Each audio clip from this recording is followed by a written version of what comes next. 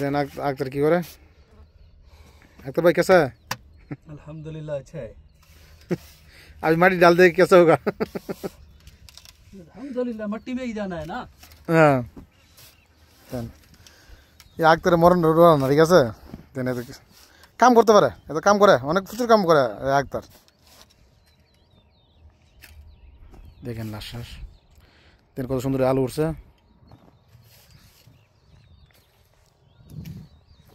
এই পাইপটা আছে না, এই পাইপটা নিচে গেছে। দেন এই পাইপগুলো ভাঙে গেছে না, দেন পানিগুলো যেন চলে গেছে, ঠিক আছে। দেখেন আলু মানে প্রচণ্ড আলু। দেন ওই যে লাশাসিটা চলতেছে, আরবিগুলো লাশাসিটা চলতেছে।